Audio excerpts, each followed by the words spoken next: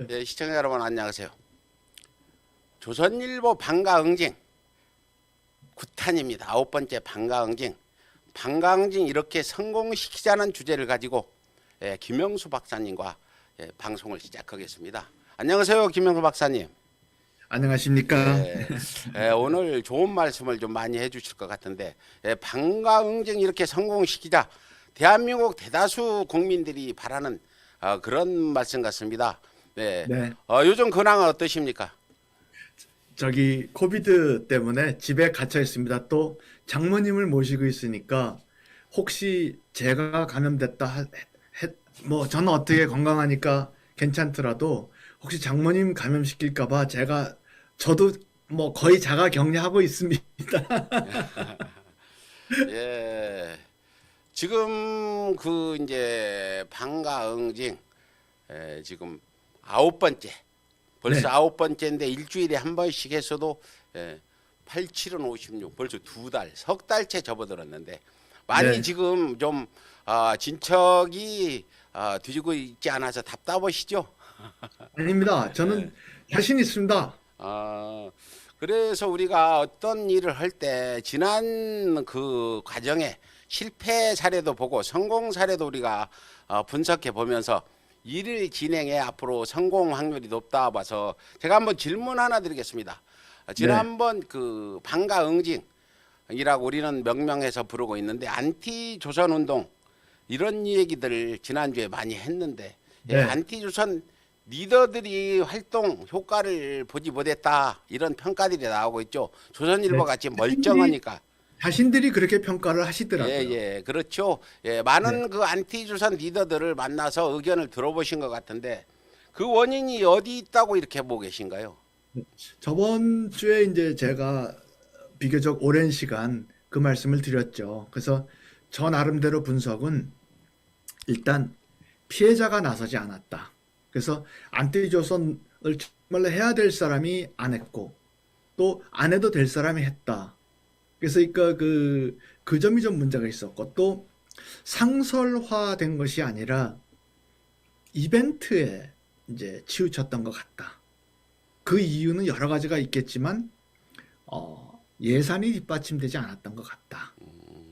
그리고 또 거기에 참여하시는 분들이 대부분 굉장히 사회의 여러 이슈에 의견을 내시고 여러 운동을 하시는 분이지 딱 어떤 집중하셔서 어떤 그 안티조선의 어떤 면 그것만 하시는 분들이 아니었던 것 같다.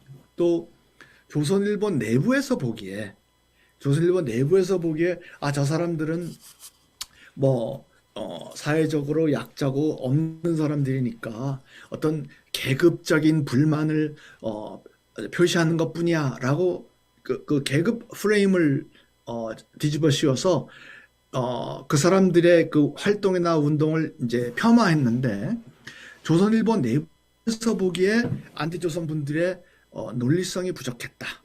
이제 이런 거가 첫 번째 제가 드렸던 저 나름대로 제가 잘 모르죠. 저는 뭐 안티조선 운동이 뭔지도 모르고 하니까 그래서 아, 제 나름대로 그렇게 요약을 해봤습니다. 예.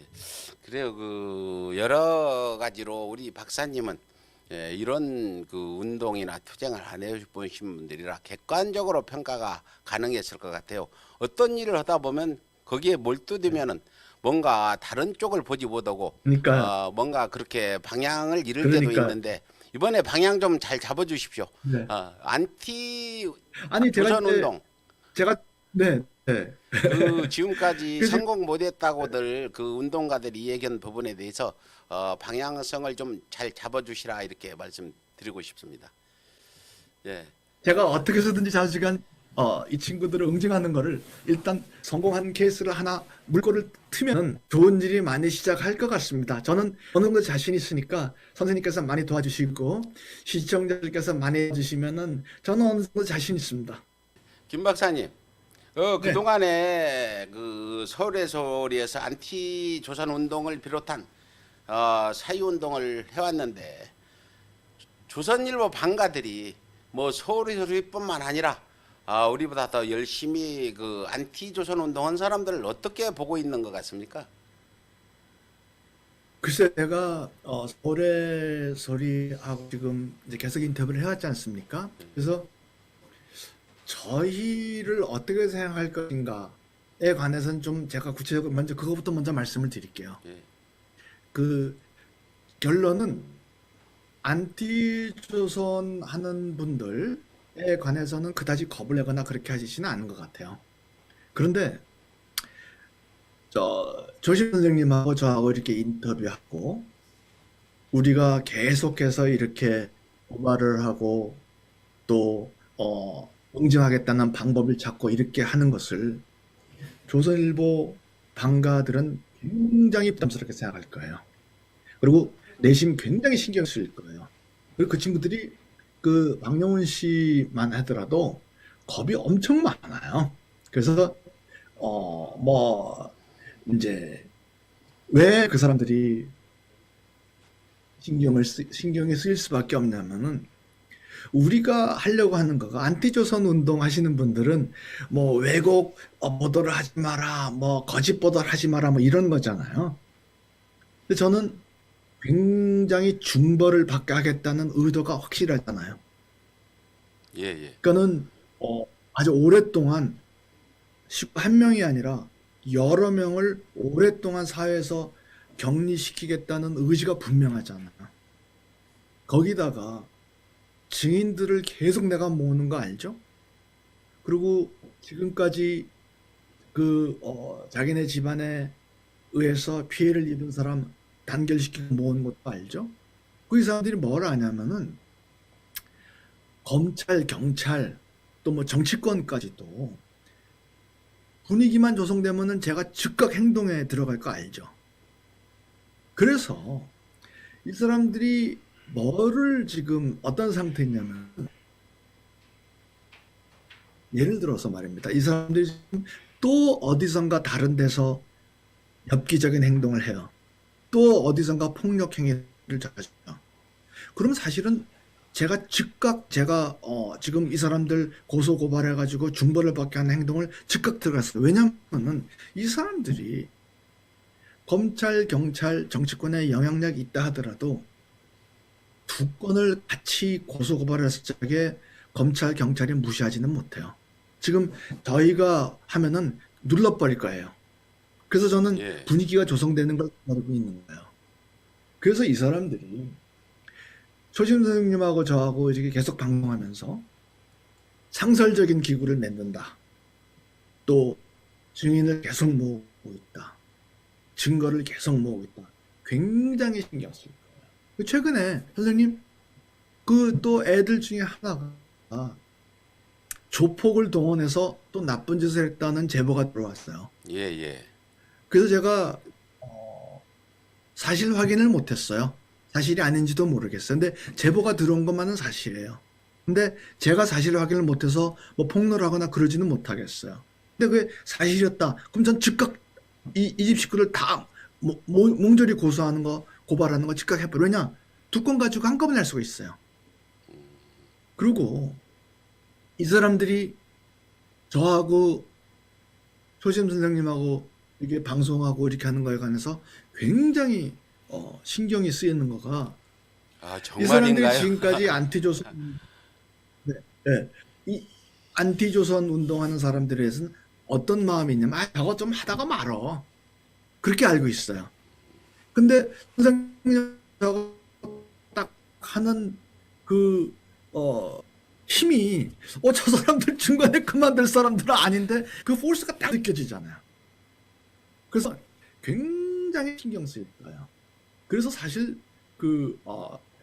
자기네들이 암만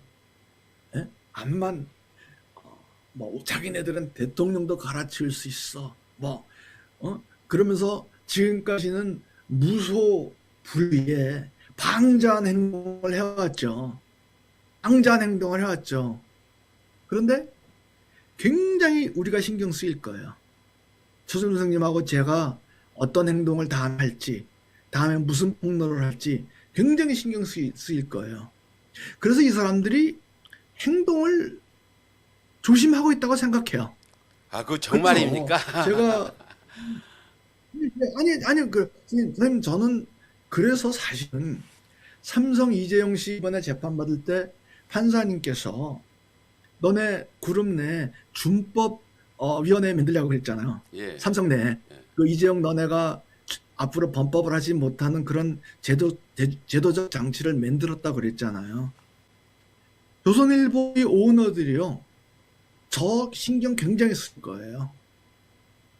그래서 자기네들 그 방자하게 무소불위로 까불고 돌아다니는 거 상당히 자제하고 있다고 생각해요.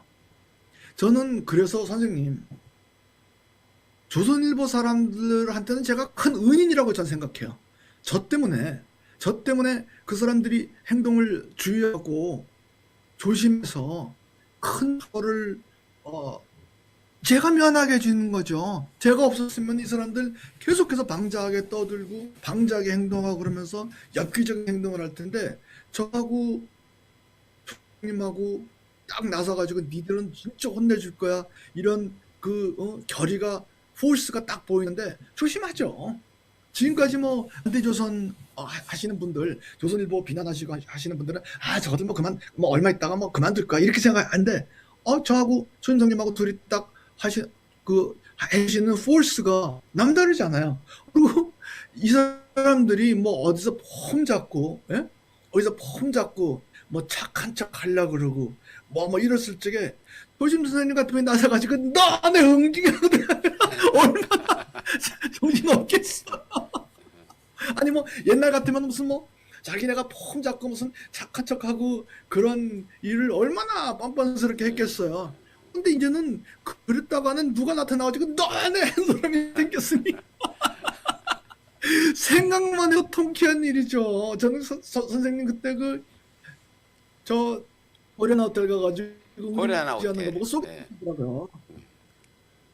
앞으로 자기네가 여차적했다가는 그런 일이 생기는 걸 알고 제가 여차적했다가는 가족 여러 명을 아주 오랫동안 진짜 저 사회에서 격리시키려고 딱 준비하고 실질적으로 저는 저번에도 진짜로 법이 공정하게 집행됐다고 그러면은 오랫동안 그 사람들이 감옥 갔을 거라고 저는 철저히 믿어요. 증인 협박하고 그런 거 증거 왜 못해요? 그런 거 증거 딱 잡아가지고 가중처벌 받죠 당연히. 근데 자기네가 지금 이번에 걸리면은 굉장히 심한 벌을 받는 걸 알아요. 그래서 굉장히 신경 쓸 거예요. 그래서 제가 그래서 사실은 선생님 제가 조선일보 그 오너 집안 제가 은인이에요 은인. 그 말씀 중에 뭐 가서 네. 떼이 조선일보 이런데 제가 코리안 호텔만 간 게 네. 아니라 조선일보 안에 세 네. 번이나 들어가서 발길로 차고 그랬어요. 그 조선일보 본사 있죠?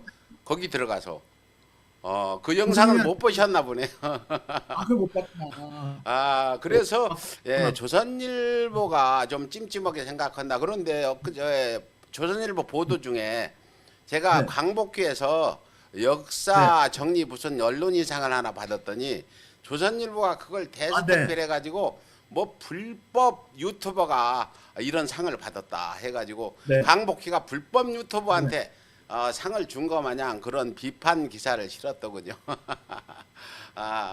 그 상당히 그 근데 조선일보가 김 박사님과 제가 적게 시작했지만 이걸 그냥 하다 말지 이러지 않고 끝까지 갈 거라는 걸 알고 있군요. 알고 있어요. 왜냐면 그 친구들도 제 성격을 저 어려서부터 알 거예요.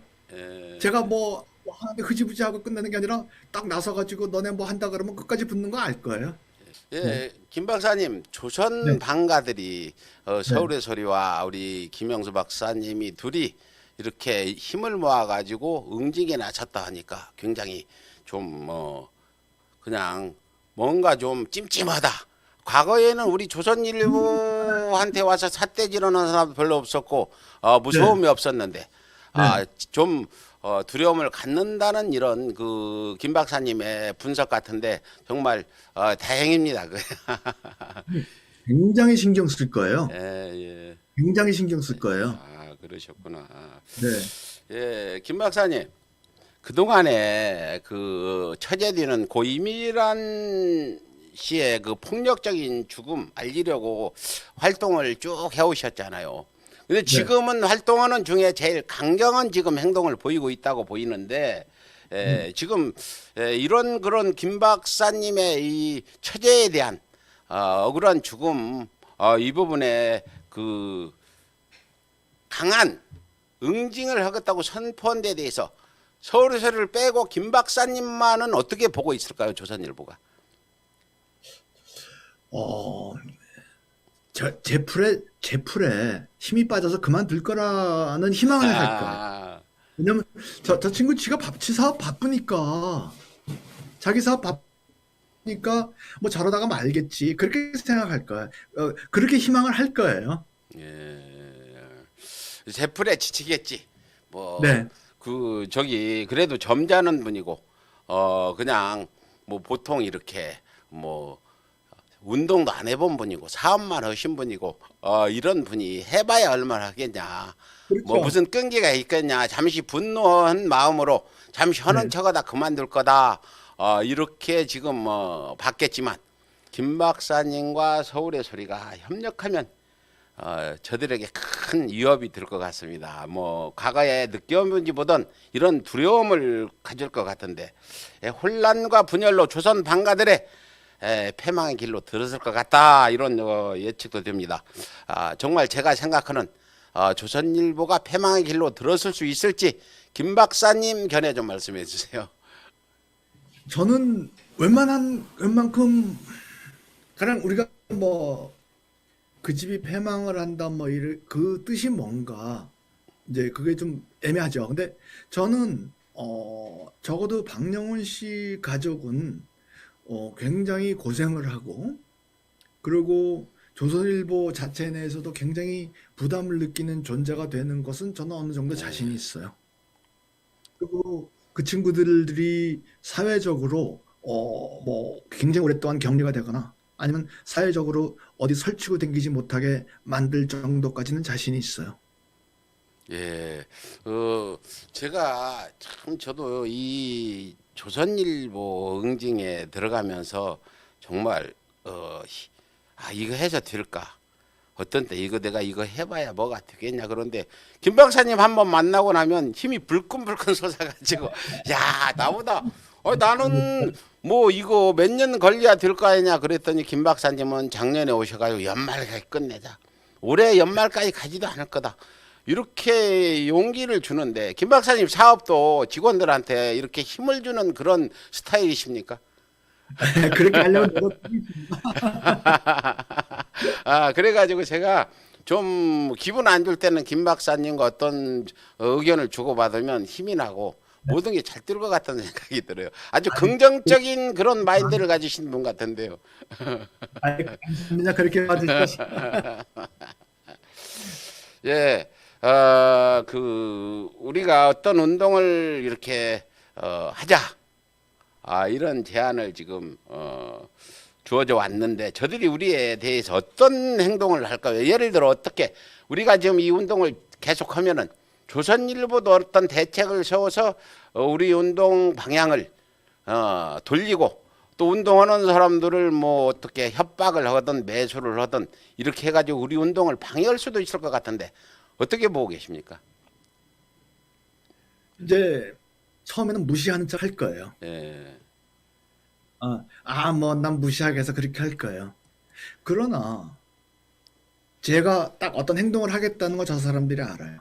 일단 굉장히 중형을 받을 건을 가지고 고소고발을 준비하고 있다는 거 알 거예요. 그리고 또 세금이나 어떤 이런 그 불법적인 자금 문제에 관해서 제가 끝까지 파헤치고 고소고발한다는 거 알 거예요. 그래서 시간을 끌려고 할 것 같아요. 시간을. 그래서 시간을 끌려고 할 거다. 예. 제풀에 지쳐서 나가 떨어지게 김 박사 저거는 사업 바쁘니까 이제 그만두겠지 그렇게 생각할 거예요. 그렇게 하고 근데 이제는 처음에는 아마 겁을 주려고 그랬을 거예요. 처음에는 그래서 뭐 폭력 행사하고 뭐 오히려 우리를 명예훼손으로 고소하고 이런 생각을 했을 거예요. 근데 그게 택도 없다는 걸 알았을 거예요. 예. 이제는 그래서 제가 걱정을 안 하는 거가 저를 겁주거나 그런 행동은 안 할 것 같아요. 그리고 저 겁주거나 그런 일을 했다가는 제가 고소고발하고 하는 그 과정에서 가중처벌을 받는다는 걸 알 거예요. 판사님 앞에 가가지고 이렇게 황당한 일을 하고 그렇게 자기 어머니한테 엽기적인 일을 한 놈들이 이모부한테까지도 겁주고 고소고발하는 사람 협박하고 했어요. 가중처벌 받죠. 그리고 또 착한 척하는 거는 이제 안 할 것 같아요. 이 사람들이. 예. 지금까지는 뭐 신문에서 뭐 얼마나 한국의 의의를 대표하듯 뭐 그리고 왜 제가 그때 얘기하지 않습니까? 이 딸 둘이서 말입니다. 자기 어머니한테 그렇게 난폭한 일을 해놓고 그렇게 욕설을 퍼붓고 그렇게 학대를 해서 어머니가 자살한 다음에 친정에도 알리지도 않고 자기네들끼리 후닥닥 시신을 절해버렸다고 그랬잖아요. 예, 그렇죠. 예, 예. 그런 다음에 이 딸 둘이서 온 우리 아는 사람들 한들 찾아서 돌아다니면서 그렇게 효녀인 척하면서 효녀 코스프레를 하면서 친정에서 얼만큼 죄가 많길래 딸 장례에도 안 왔다. 막 그렇게 서럽게 울고 댕겼다 그랬잖아요. 이젠 그런 건 못할 거예요. 근데 그따위로 코스프레를 하고 하는 거는 즉각 그냥 이런데 여기 가서 폭로를 버리고 또 여차적 감독가 가서 막 단치는 사람이 있고 그래서 이제 착한 척하고 그런 건 못할 거예요. 그리고 제가 저번 때도 말씀을 드렸는데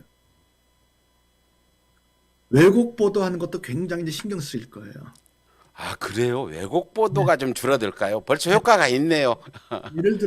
예를 들어서 얼마 전에 양천구 그 정인이 어린이 사건 예. 그런 말하잖아요. 옛날 같으면 또 얼마나 또 자기네가 무슨 착한 척 하면서 사회가 이래서는 안 된다 뭐 도의가 뭐 땅에 떨어졌다 하고 온갖 폼을 다 잡지 않았겠어요? 예, 근데 요새 예. 그랬다가 저 같은 사람 나가지고 너나 잘해 니네가 더해 그러지 않겠어 제가 김 박사님 그러셨잖아요.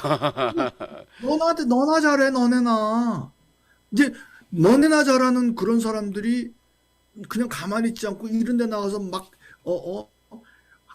그런 자기네가 무슨 사회의 악이나 사회의 어떤 도덕적으로 떨어진 것을 비난할 때마다 자기네 걸 계속 끄집어내 가지고 폭로를 하고 욕을 퍼붓는 사람이 생겼다는 건 얼마나 부담되겠어요. 그리고 또 왜곡 보도 같은 거가 좀 줄어들 거라고 편향적인 보도가 줄어들 거라고 생각하는 거가 이걸 제가 그때 생각을 못했어요.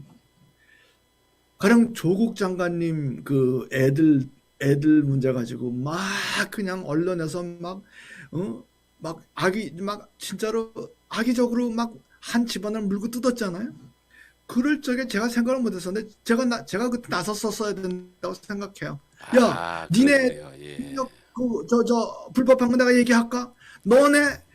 누가 누구를 욕해? 너네 대리 논문 쓴 거, 부정 입학한 거, 기부 입학한 거, 너네 다 내가 깔까? 너네 누구 브로커 써가지고 어떻게 한 거 내가 다 깔까?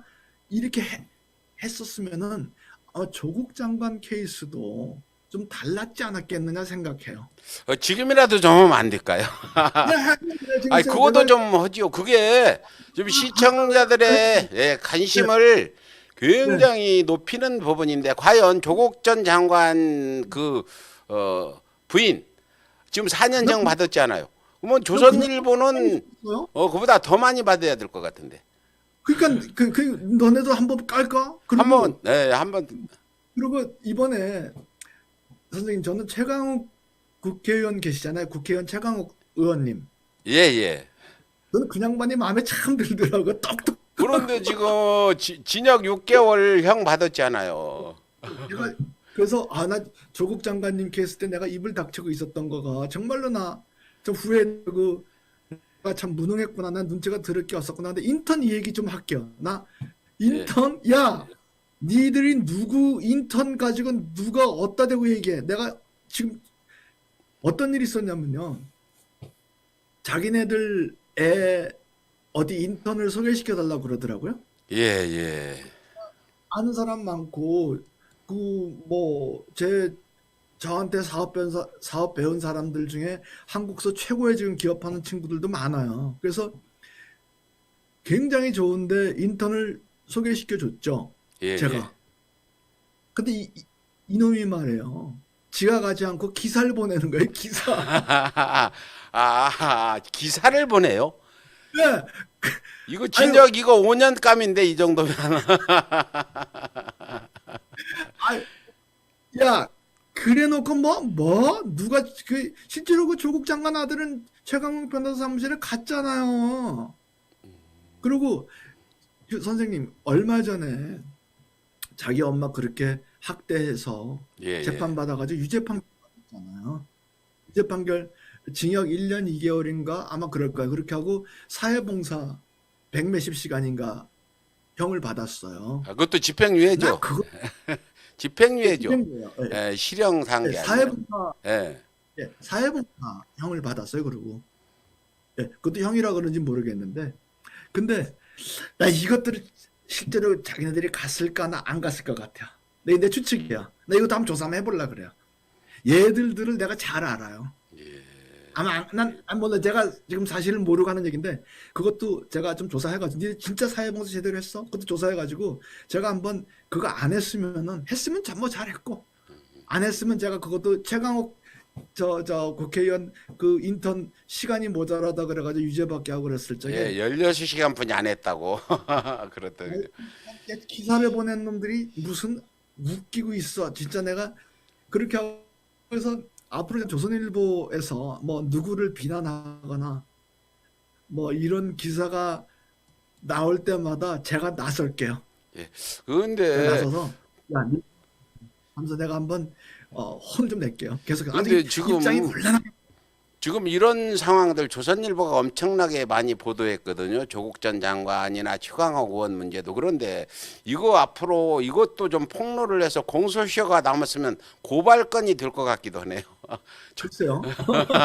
이거 지금 뭐 인턴 하라니까 운전기사를 보낸 이런 일들까지 다들 증거를 가지고 계시니까 있죠. 이거 한번 이것도 고발 전문가한테 변호사하고 상의해서 이것도 한번 고발해 볼 부분이 되겠다 이렇게 생각이 듭니다. 한번 우리 전문가랑 얘기해 봅시다. 잠깐 나는 그 조국 장관님 그 삼원 그렇게 고생하시는 거에 대해서 제가 가슴이 엄청 아프거든요. 근데 예. 최강욱 의원님 딱 그 뭐 인턴 가지고 그러면 안 내가 이건 또 내가 나서겠어 해가지고 그때마다 제가 예, 한번 그 부분도 앞으로 논의해서 뭐 고발이 지금 큰 비리가 터진다는 말씀도 있는데 한번 기가 막힌 인턴 하라고 했더니 운전기사를 보내는 정도로 이런 조선일보 일가들이 과연 기사에다가 조국 전 장관 표창장에 대해서 비판을 하고 최강욱 의원을 비판할 자격이 있는지 정말 다시 한번 제가 그 증거만 주면 제가 조선일보 공소시효가 지났더라도 제가 3번이나 가서 응징하고 막 발로 차고 정의봉 들고 가서 막 때리고 그랬어요. 그 당시에 그거 한번 제가 응징 취재하러 가게 그 증거만 좀 주십시오. 이거 공소시효 지났어도 문제 없습니다. 김 박사님. 그런데 김 박사님이 지금 제일 궁금한 부분들이 있어요. 시청자분들께서 최근에 김 박사님이 어떤 응징을 하셨다고 이런 이야기도 들리는데 이 응징을 어떻게 했는지 이거 공개 좀 해주시면 시청자들이 굉장히 귀를 쫑긋 세워서 들으실 것 같은데요. 최근에 제가 상당히 공신력이 있는 그 언론기관에 이 사람들 자금 문제에 관한 자료를 다 줬어요. 예. 네. 그래서 저는 수사권이 없기 때문에 제가 가지고 있는 자료만으로는 그 수사에 입구만 되지 수사를 진행을 할 수가 없잖아요. 참 수사권이 없으니까. 근데 그분들은 굉장히 능력이 있으시더라고요. 그래가지고 그분들이 굉장히 그 자료를 많이 해가지고 그분들이 굉장히 무게가 있는 폭로를 기사를 준비하는 걸 제가 알아요. 그래서 그 기사가 나오고 하는 거가 상당히 임박했는데 그 기사가 나오고 하면은 검찰, 경찰, 그리고 뭐 세무당국 이런 데서 절대로 가만히 있기에는 굉장히 불편해질 거예요. 그래서 그 자기네들끼리 돈이 오고 가고 한 거, 그리고 어, 그 사람들이 이거는 들여다보지 않았으면 좋겠다는 그런 자금, 이런 문제에 관해서 제가 상당한 자료를 어, 저 제가 갖고 있는 자료, 제가 갖고 있는 자료만은 시장만 하지 그게 어떤 그 사람들의 불법 행위가 있었을 때 뭐 전체적인 그 전모를 드러나게 하는 건 아닌데 탐사를 굉장히 잘하시는 그런 단에서 지금 조사를 많이 하셨더라고요. 그래서 저한테 이렇게 이거 어떠냐고 확인하기 때문에 저는 그분들의 그 탐사가 어느 정도까지 진전됐다는 걸 저는 알죠. 왜냐면 저한테 물어봤으니까 굉장히 많이 진정됐어요. 굉장히 예. 불편해할 거예요. 예, 예. 이게 지금 현재 대한민국 검찰이나 법원 그 수사나 판결을 봤을 때 과연 조선일보한테 조사해서 기소해서 유죄를 내린다는 건 굉장히 우리가 많이 노력을 해야 가능한 일이라고 보는데 박사님 어떻게 보세요 그 부분에? 근데 선생님, 근데 그 어떤 왜곡 보도, 예? 왜곡 보도 이런 거로 처벌받게 하는 거는 아무래도 그건 가치 판단의 문제가 이제 개입되니까 어려울 거예요. 그런데 돈 문제 있잖아요. 이건 그렇게 검찰, 경찰, 뭐 어떤 그런 뭐 세무당국, 어떤 그 외환 관리 이런 거를 담당하는 그런 기관들이 돈 문제 딱 숫자로 떨어지는 거 있지 않습니까? 이거는 그냥 깔아뭉개기가 쉽지는 않을 거예요. 그리고 그걸 깔아뭉개면은 자기들한테도 굉장한 부담이 궁극적으로 된다는 걸 알 거예요. 숫자로 딱 떨어지는 건 어려워요. 예. 그렇군요. 지금 오늘 방송 제목이 조선반가 응징 이렇게 성공시키자 이 제목으로 방송을 지금 하고 있는데 그렇다면 앞으로 조선 방가들 어떻게 응징을 해야 될까요? 이렇게 성공시키자. 근데 이렇게 어떻게 했으면 좋겠다는 거 좀 다시 한번 박사님께서 좀 네. 말씀 좀 해주시죠. 네. 그래서 저 작전, 저 계획 어려운 거 없어요. 저는 그냥 저 사람들도 제가 어떻게 하겠다는 걸 알아요. 첫째로 사회적으로 격리시키겠다는 거예요. 다간 나와서 설치고 다니는 건 제가 못하게 일단 하겠어요.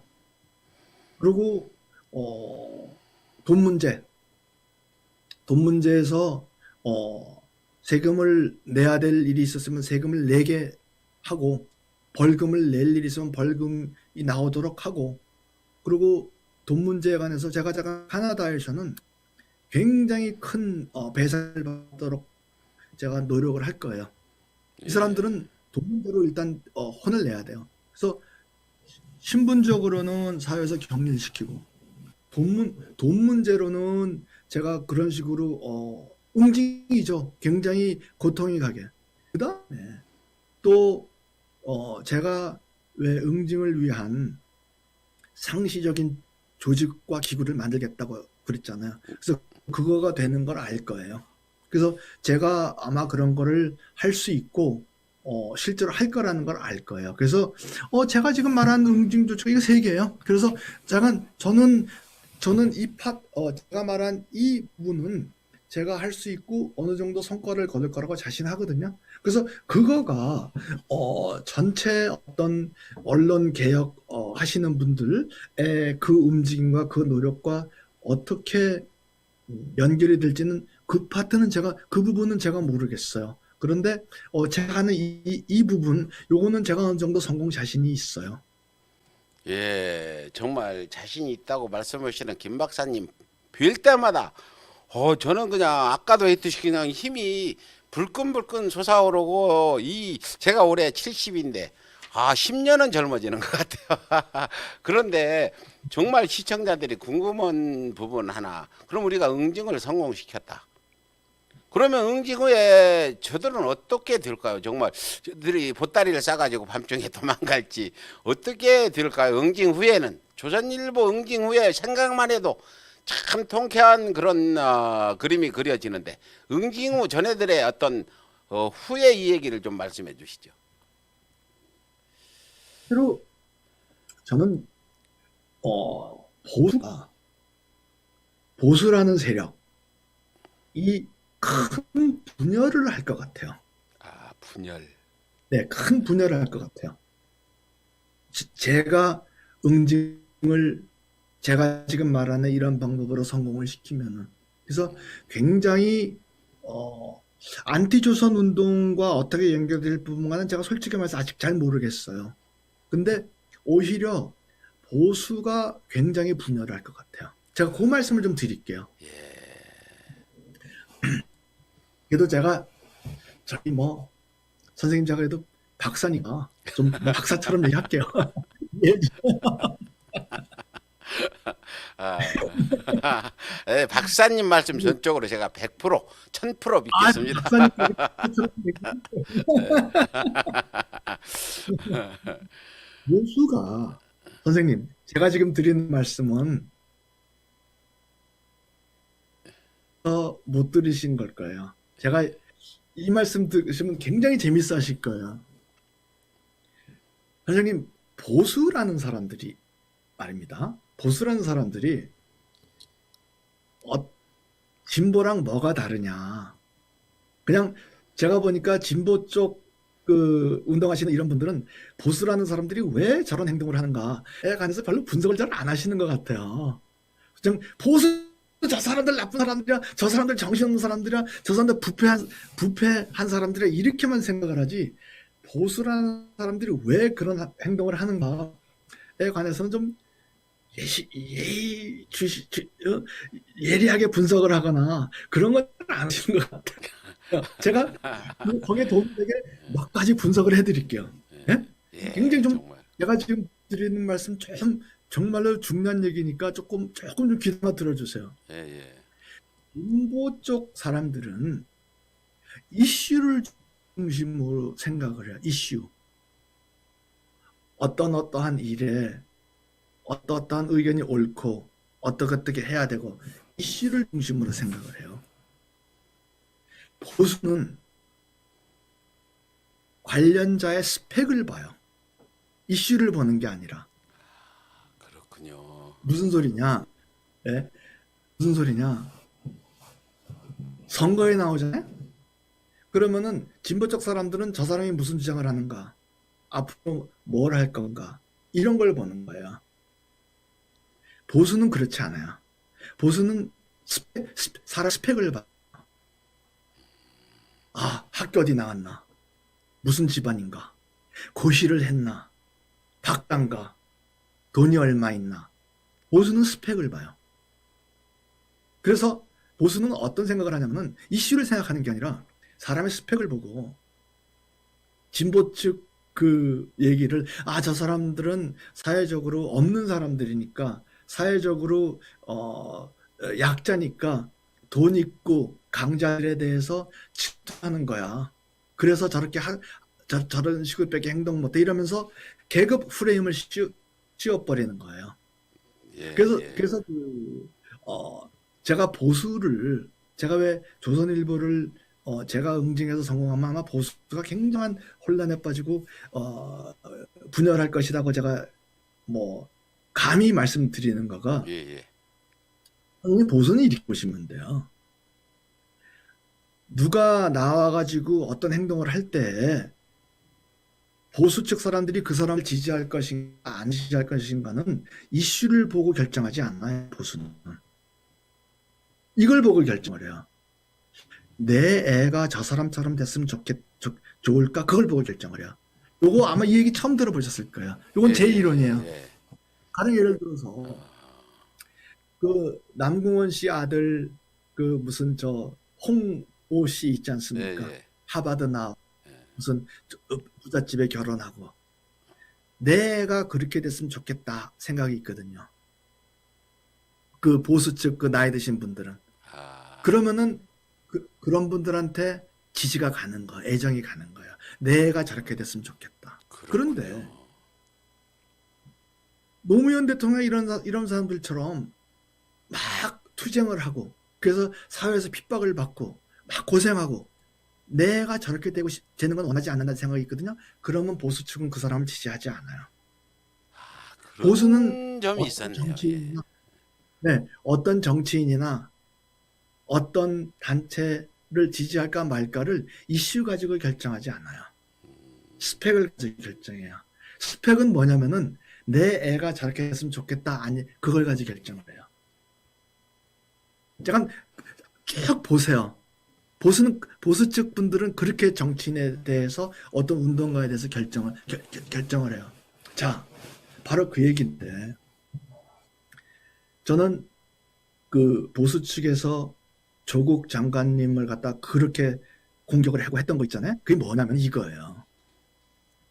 그분이 사실은 저 고난을 겪지 않으시고 법무장관을 어느 정도만 평범하게만 마치시잖아요. 그러면 대권주자 1위죠. 왜냐? 보수가 받아들이기 굉장히 쉬웠을 거예요. 인물 생기셨죠? 서대 교수해졌죠? 그리고 경력 좋죠? 그래서 어떤 의미에서는 저분이 그냥 이번에 그런 사건 없이 평탄하게 법무장관을 마치셨으면 아마 대권주자 1위 중에 1위였을 거예요. 그래서 어떤 의미에서는 이재명 지사 같은 분은 보수에서는 어려서 고생했지, 집이 가난했다지, 보수 측에서는 싫어할 여러 가지 이유가 있는데 조국 장관님은 집도 여유가 있으셨다지 그러면서 보수까지도 아우르는 아마 부동의 1위의 대권 주자였을 거예요. 그래서 미리 친 거예요. 그 대권자를 부상하는 거를 미리 잘라버리는 거예요. 아, 저도 처음 들어보는 그런 분석이네요. 근데 듣고 보니까는 그럴듯하죠. 그럴듯해요. 정말 그런 것 그래서 같아요. 아니 그거예요. 조국 장관님께서 평범하게 무슨 검찰 개혁 같은 거 그런 얘기 안 하시고 그냥 허허 해가지고 법무장관만 그냥 대강 마치셨어요. 그럼 대권주자 1위죠. 보수까지도 얼마나 좋아하겠어. 얼굴 잘생기고 여성표도 또 얼마나 좋아하겠어요. 그런데 가령 저 같은 사람이 제가 그냥 있는 그대로 말씀드릴게요. 어떤 의미에서는 보수 측 분들이 우리 애가 저렇게 됐으면 좋겠다고 하는 굉장한 스펙을 여러 개 가졌어요. 학력 저 정도면 한국에서 굉장히 좋은 거예요. 거기다가 외국에서 벤처 기업 해가지고 성공시켰어요. 저 같은 사람들이 보수 측에서 굉장히 그리고 옛날에 박정희 대통령 비서도 했어요. 예, 예. 어떤 의미에서는 보수 중에서 저만큼 진정한 보수의 스펙을 갖춘 사람이 누가 있겠어요. 그래서 그렇네요. 제가 박용훈 일가를 저는 사실 제가 처음부터 말씀드렸지만 저는 안티조선이나 어떤 진보나 이런 넓은 이슈를 가지고 싸우겠다고 그러지 않잖아요. 전 딱 이 박용훈 일가의 그 엽기적인 폐륜 그리고 불법 학대 자기 어머니에 대한 폭력 가학적인 행동을 한 거 이거를 끝까지 응징했다는 거 아니에요. 거기에 대해서는 보수 분들도 그다지 반감을 느끼거나 그러지 않을 거예요. 그리고 저 같은 사람은 선거에 나갈 사람도 아니고 그래서 무슨 제가 어떤 진보 정치인으로서 자기네들한테 위협적인 존재가 될 그런 사람도 아니고 저 외국 사는 사람이고 정치에 관심도 없고 그래서 선생님 저는 제가 왜 상설기구를 만들겠다고 그랬잖아요. 예, 예. 거기에 보수 측 사람들도 참여를 시키려고 그래요.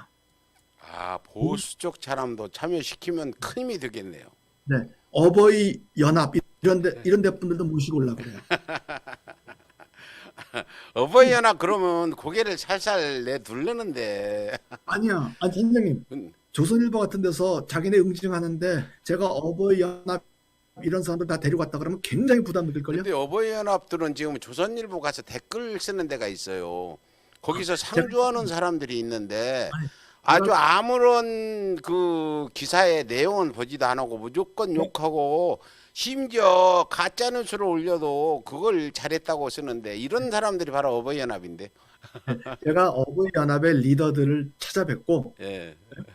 하나씩 하나씩 한번 설득을 시켜볼게. 그래가지고 저 방영은 응징해. 그리고 제가 사실은 국민의힘 국회의원들도 아는 사람들이 많아요. 예, 예. 친한 친구들도 있어요. 그래서 그 친구들은 아마 나서지는 못할 거예요. 그러나 그런 분들도 제가 참여를 시킬게요. 이름은 못 나서라더라도.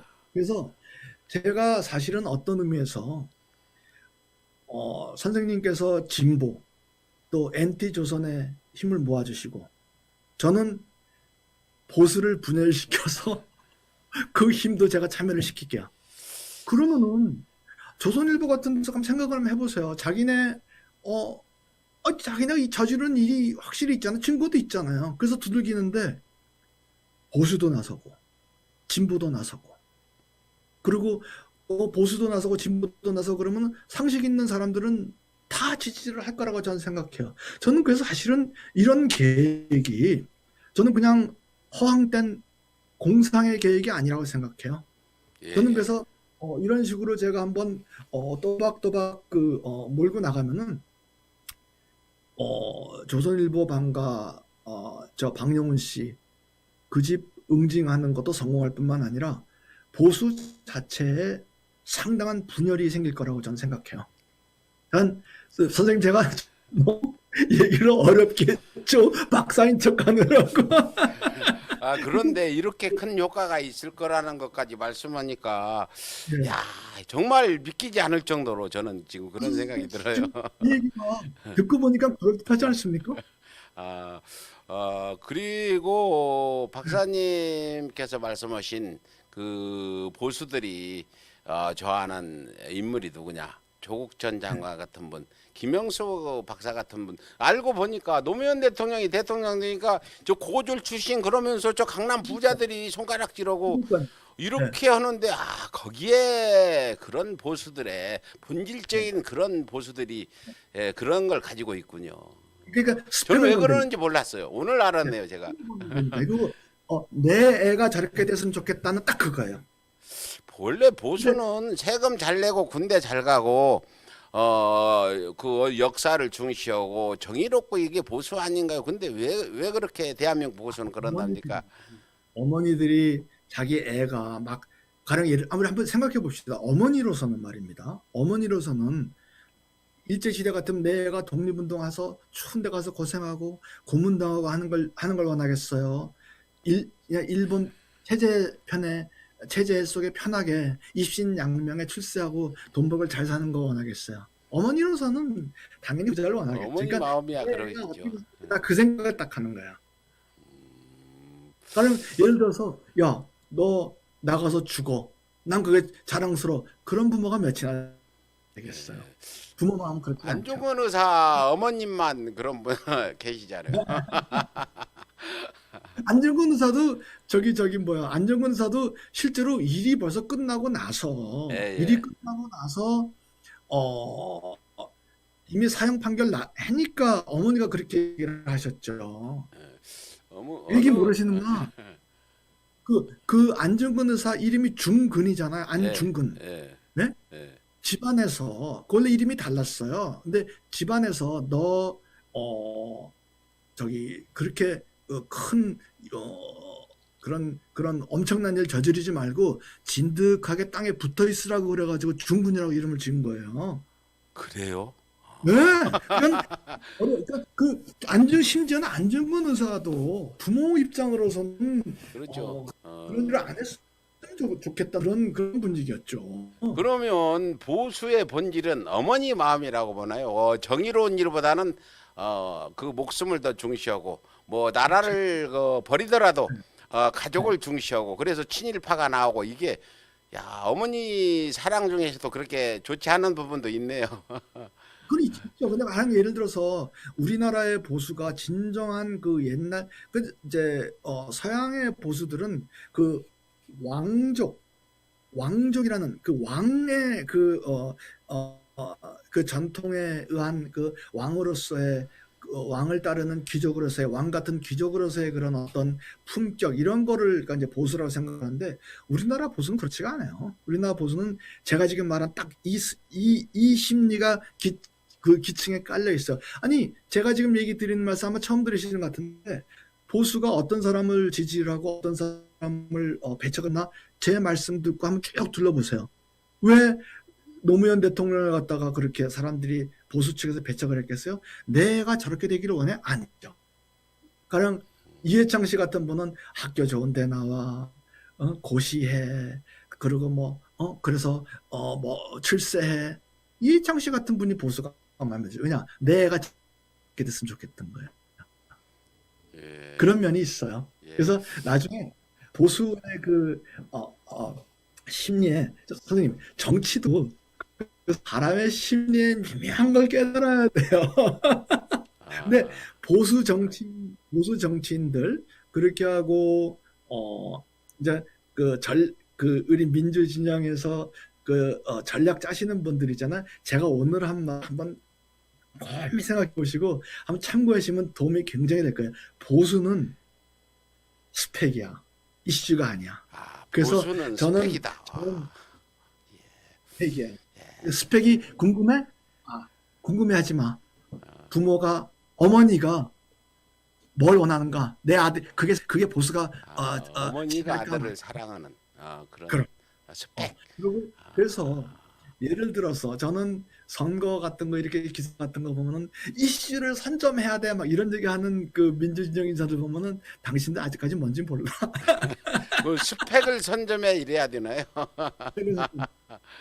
진짜로. 근데 선생님 예를 들어서 저는 제가 우리가 응징하는데 저는 굉장히 자신이 있다고 생각하는 거가 보수가 보기에 제가 스펙을 선점하지 않았습니까? 예, 제가 왜? 제가 저 방시들 응징하겠다 할 적에 누가 없는 사람이 있는 사람을 질투해서 달려드는 거라고 생각을 하겠어요? 그거는 저는 제가 기구를 상설화하고 그리고 상시적인 활동을 하고 그러잖아요. 전 보수도 지지할 거라 생각해요. 따라서 제가 응징에 성공하면은 보수가 분열할 거라는 거예요. 야, 오늘 그 부분 언제 좀 강의 한번 어디서 해주셨으면 좋겠어요. 보수는 스펙이다. 뭐 근데 뭐 보수는 뭐 그거 똑 부러지는 이런 말씀 처음 듣는데 그래서 김영수 박사님은 스펙이 좋으니까 그 대선에 나가셔도 보수들이 전부 무조건 그 지지할 것 같습니다. 저는 머리 없어서 안 돼요. 야, 그래서 조국 전 장관을 스펙이 괜찮은 사람이라 이 사람이 그러니까 대선 후보 되면 보수표를 쓸어올 거다. 이 두려움 때문에 그럼 이 미리 기득권 치는 적폐 거죠. 세력들이 미리 잘라버리는 그런 네. 일이 벌어졌군요. 오히려 그 사람들은 이재명 지사 같은 분을 상대가 쉬울 거예요. 왜냐면은 어려서부터 없는 사람이고 검정고시 해가지고 올라와가지고 사회 불만만 가득 찬 사람이야 그렇게 몰라 그럴 거예요. 그래서 그럼 보수표가 상당히 결집을 시키기가 쉬울 거거든요. 조국 장관님이 대선 나오셨으면 그렇게 하기 굉장히 어렵죠. 정말 제가 이 나이 먹도록 또 이 보수에 그런 성향이 있는 거 모르는데 이번에 김 박사님이 아까 제가 말씀을 들으면서 이거구나. 이런 스펙 좋은 사람이 조선일보와 싸운 일은 별로 없거든요. 돈 많지. 서울대 출신에 경기고 출신에 MIT 박사 뭐 이거 뭐 안 해본 게 없는 이런 스펙 좋은 사람이 응징에 나섰다는 건요. 이 역사상 드문 일 같아. 이건 역사적인 일이라고 볼 수도 있겠는데요. 아니 그렇게 뭐 크게 부풀려가지고 제가 엄청 불안하고요. 아니 제가 그냥 있는 그대로 말씀드린 거예요. 제가 응징에 성공하면은 보수가 저게 없는 사람이 계급적인 질투, 계급적인 불만을 가지고 있는 사람, 기득권을 때렸다고 생각하지 않을걸요. 굉장히 수긍하고 그런 면이 있었구나 하면서 보수도 이런저런 생각을 하게 되는 그런 계기가 될 거라고 저는 확신하고 있어요. 예, 결국 안티조선의 실패 원인 한 가지도 스펙 때문에 그랬다. 근데 이게 조선 반가 응징에는 대한민국 두 번째 가라면 서러울 스펙을 가진 분이 응징에 나섰기 때문에 더 자신 있다고 지금 말씀하시는 것 같기도 한데. 뭐 안티조선 실패는 제가 잘 모르니까요. 예, 근데 예. 안티조선은 제가 얘기했지만 너무 광범위한 이슈를 건드렸다. 예. 그리고 근데 저는 제가 하려고 하는 목표가 굉장히 딱 그 초점이 집중돼 있잖아요. 그렇죠. 집중돼 있죠. 예, 저도 그래서 마찬가지예요. 저도 집중돼 있어요. 예. 그래서 돋보기 같은 것도 막 이렇게 하면 하지만 딱 햇빛에 딱 하면 거기 불 딱 붙잖아요. 그렇죠. 거기 불 붙고 타고. 예, 그래서 초점을 딱 찍어야 되는 게 저처럼 무슨 뭐 언론 왜곡 보도 나 그건 뭐 잘 요즘 모르겠. 뭐 조중동 이러는데 저는 조중동 하지 마라. 조선만 갈라치기 사냥을 하자. 이렇게 네. 지금 저는 말씀을 드리고 있고 많은 사람들이 아 그렇구나. 네. 예를 들어 조선을 치면 중앙 동아가 도망갈 거 아니에요. 아 조선 옆에 있다는 같이 맞아줬겠구나. 해가지고 언론 저는 개혁도 간접적으로 될 거라고 보는데 어떻게 보세요, 김 박사님? 저는 그거보다도 한 걸음 더 나가서 예, 예. 조선일보를 치자. 그것도 너무 광범위하다는 거예요. 예, 예. 예. 딱 박영훈이 자기 그 애들 어머니 애들한테 부추겨가지고 처참하게 자기 어머니를 갖다 그렇게 학대하고 어머니를 죽음에 몰게 하고 딱 그거 하고 너네 돈 가지고 여기저기 옮기고 자식을 뭐 이런 것들 또 그리고 잠깐 내 눈에 걸리는 너네 어떤 불법 행위 앞으로 하면은 뭐 피해자들 생기고 또 증인 협박하고 이런 건 즉각 고발하고 잠깐 너네는 중형을 받도록 내가 엄청나게 노력을 할 테니까 예, 저는 예. 굉장히 그 초점이 딱 모아져 있잖아요. 아, 저도 상당히 초점을 모아가지고 지금 우선 조선 그러니까 조선 뭐 언론 개혁 이런 얘기는 저는 안 하고 네. 엽기적인 패륜 조선도 한가 우리 대한민국 유교 사상으로 어떤 부모를 공경하는 이런 것들이 굉장했잖아요. 근데 그걸 정말 아니, 그래- 내팽개친 조선 패륜 조선 응징부터 시작하자 지금 시작한 거 아닙니까? 아니 그래서 제가 어버이 연합 예. 제가 끌어들이겠다고 얘기하는 거가 좀 재밌으시라고 드리는 말씀인데 어버이라는 말이 무슨 말입니까? 어버이. 그게 효심에 근거한 단어 자체가 어버이. 효심에 근거한 말 아닙니까? 그럼 내가 물어보는 거예요. 당신 어버이 연합인데 어머니를 저렇게 하는 사람들에 대해서 어떻게 생각하십니까? 그러면 그건 안 되죠. 그러면 나랑 같이 갑시다. 근데 얘기가 되잖아요. 예, 최소한 그 예. 부모를 죽게 만든 방가 응징에 나설 때 이걸 나이 든 사람이나 젊은 사람이나 보수나 진보나 이걸 예. 반대하는 사람 없을 거라고 보는데 이 내용을 자세히 알기 못하기 때문에 지금도 조선일보가 좋은 신문으로 알고 있는 거지. 어버이연합 영감님들 개인적으로 불러다가 예 우리 김 박사님이 선은 이렇고 후는 이렇고 이렇게 자식이 어머니를 죽게 만들었다 이 얘기하면 다들 분노하시겠죠. 손들 또박또박 대면서. 예. 그래서 선생님 요것도 선생님 좀 모르시고 계신 것 같아요. 예, 예. 선생님 그 조선일보 앞에 가서 농성하시고 집회하시고 시위하신 적이 있다 그러셨죠. 예, 예. 그런데 선생님 조선일보 앞에서 정말로 오랫동안 시위하고 정말로 끈질기게 시위한 사람은 누군지 아세요? 지금 한번 가보세요. 광화문에 가보시면은 진짜 극우 단체들이 그 조선일보 앞에 그 동아일보 그 광장 거기서 박근혜 대통령 탄핵한 건 무효다, 문재인 빨갱이다는 그 시위를 상시적으로 언제나 지금 몇 년째 하고 있어요. 예. 사실은 농성의 끈기 규모도 밀린 거예요. 가서 보시, 광화문 가서 보시라 그러면 거기서 그 막 뭐 공산당 문재인은 뭐 며칠째 지나가다가 하도 웃겨가지고 너무 재밌어가지고 문재인은 북한에서 보낸 사령관이 아니 그냥 근데 귀엽더라고요. 근데 얘기 재밌게 하시고 귀엽더라고요. 근데 뭐 근데 저는 나중에 선생님 제가 상식교육을 맨다 그러잖아요. 네. 그 사람들을 우리 편으로 제가 만들게요. 예, 알겠습니다. 하여튼 저도 박사님 말씀하시기 전에 이 엽기적인 폐륜 조선방 응징에는 진보 보수를 떠나서 노인들을 많이 어떤 우리가 그분들의 어떤 지지를 받을 수 있겠구나 생각을 들어서 거기다가 뭐 왜곡 보도 뭐 언론 개혁을 붙이지 말자. 폐륜 조선만 가자고 제가 주장했던 부분이니까 그 부분은 우리 김영수 박사님이나 저나 시작할 때부터 여러 차례 얘기 나눈 분이니까 그 후에 이제 하나가 고쳐지면 다음에 둘 고쳐, 둘 고치면 셋 고쳐, 못 고치면 이제 문 닫아 이렇게 나가는 게 우리 전략이 맞을 것 같고 좋을 것 같아요. 제가 그것까지는 제가 모르겠지만 저는 제가 계속 말씀드리는 건데 예. 제가 딱 찍은 일, 제가 딱 초점 맞춘 일, 일단 그거는 제가 성공 딱 시킬게요. 예, 알겠습니다. 네.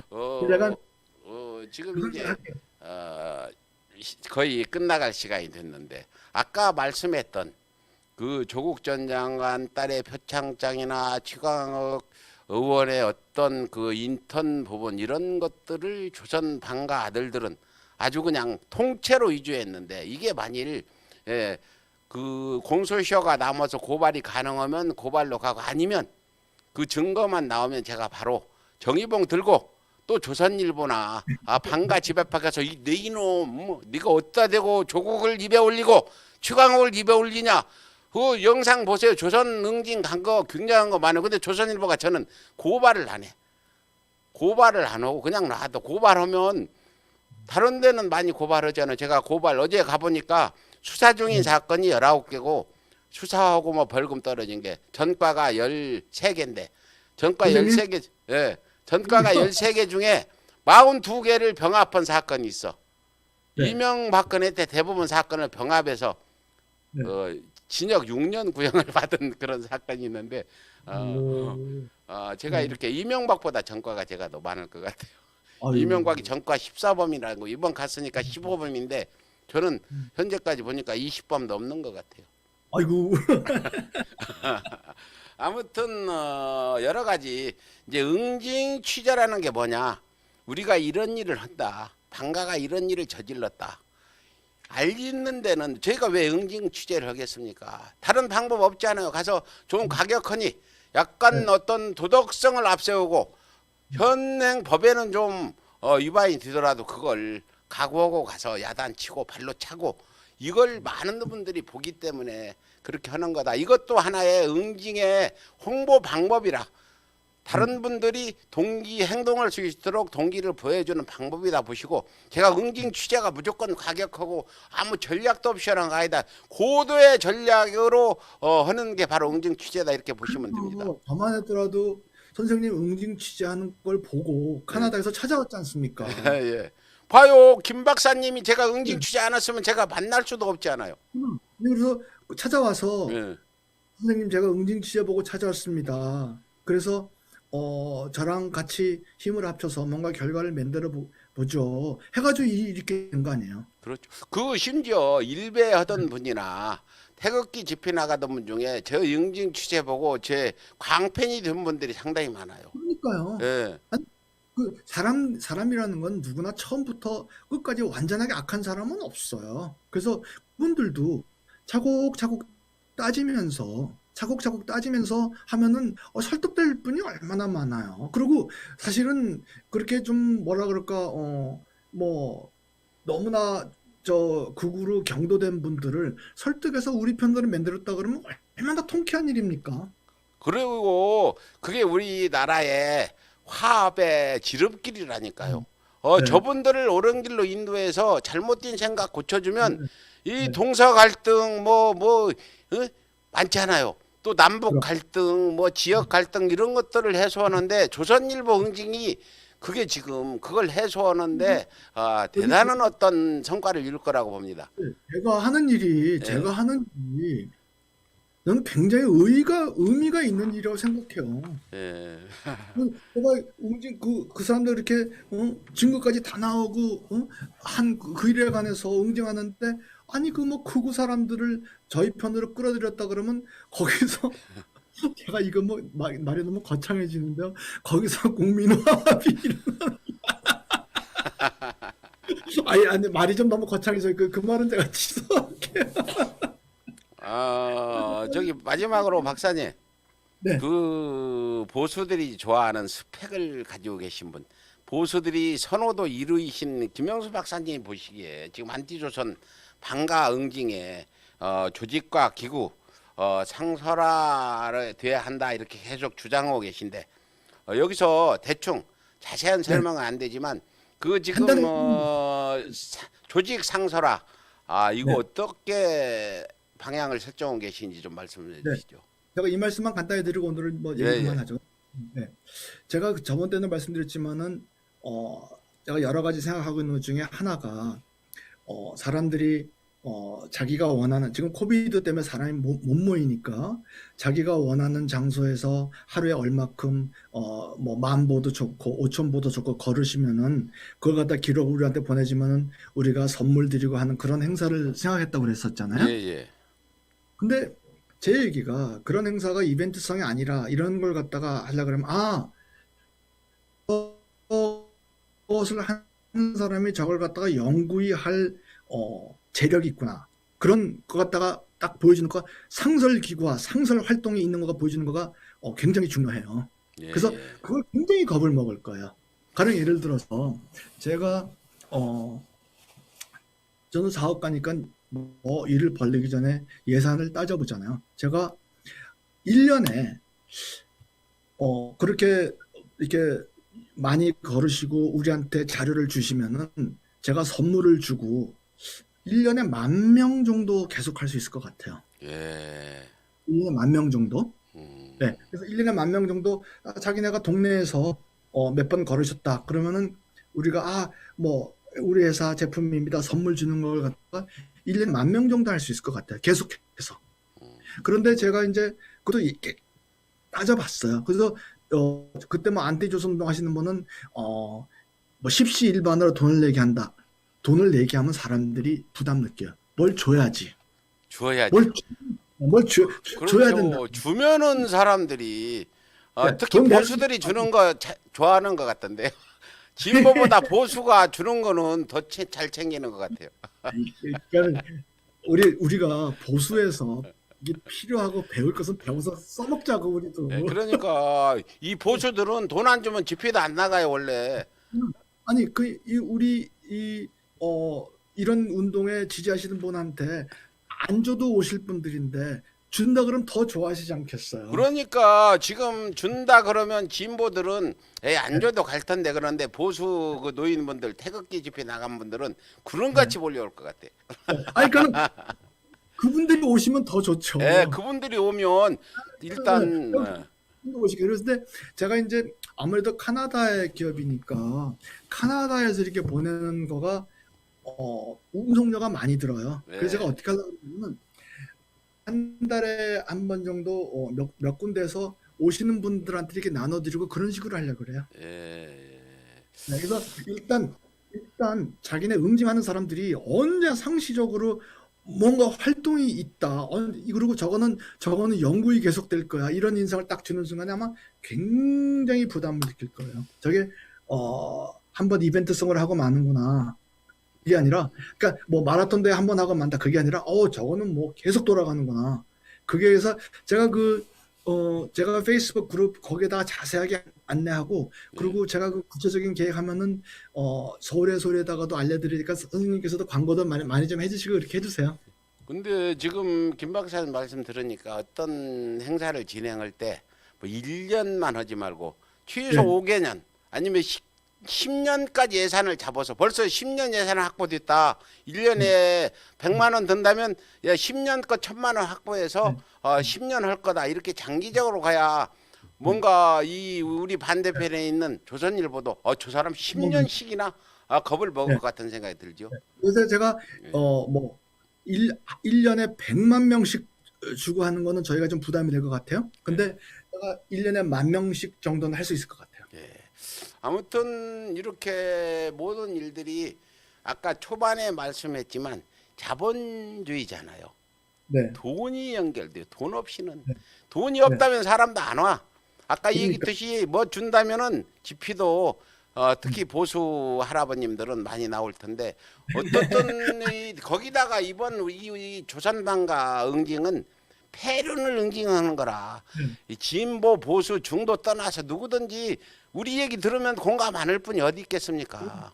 저 폐륜아들이나 일베 성향의 이런 사람들 빼고는 다 듣는데 일단 우리는 이번 조선 반가 엽기적 폐륜 응징은 분명히 성공할 것 같고 그 후에 또 진행될 일들은 진행해 가고 그렇습니다. 아까 말씀했듯이 응징 후에 조선일보들이 반가들이 어떻게 살지는 우리 아들 손주들이 보기에 놔두고 우리는 응징하는 데까지만 그렇게 하죠. 마지막으로 말씀하실 거 있으면 좀 하시죠. 다만 저는 상당한 자신이 있고 결과를 볼 테니까 선생님께서 많이 도와주시고 그리고 시청자 여러분들께서 제가 그 페이스북 그룹 만든 거 거기에 사람을 많이 모아주셔야 돼요. 지금 한 1,000명 정도밖에 안 모였어요. 예, 지금 1,000명. 1,000명도 지금 늘어나지 않는데 이번에 한번 방송들이 나가고 하면은 금방 늘어나요. 뭐 10,000명 되는 거 이슈만 한번 타면 금방 이슈 타지 않으면 이런 어떤 그 SNS는 활성화가 안 돼요. 제가 저도 이제 10,000명 겨우 되는데 거기다가 저 사람들이 많이 와주시면은 거기서 상시적인 활동을 하고 그리고 이제 동력이 발생하겠죠. 근데 잠깐 뭐 어쨌든가 간에 제가 무슨 뭐 돈을 써서 광고를 한 것도 아니고 1,000명 모여주신 것만도 감사하죠. 그런데 그건 시작이고 뭐 저는 사람이 굉장히 많이 모일 거라고 생각해요. 그 페이스북이 고이미란을 추모한다. 조선 반가 뭐죠? 이름 좀 말씀해 주세요. 페이스북. 자살한 조선 반갓집 며느리 이야기라는데 조금 이따 링크로 보여드릴게요. 링크로 보여주는데 뭐 자살 그래서 오늘이라도 들어가게 자살 반갓집 반갓집 며느리 이렇게 링크 올려드릴게요. 아무튼 저 오늘 또 오늘 9번째 방송이죠.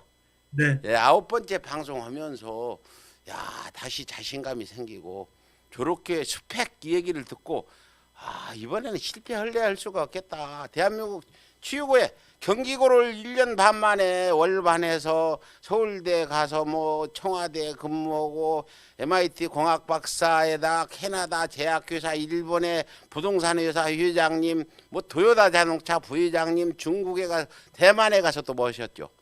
부사장 이런 스펙 보수들이 스펙 좋아한다는 거 저 그동안에 그 간과했어요. 오늘 박사님 참 좋은 말씀 감사합니다. 얘기 듣고 그죠?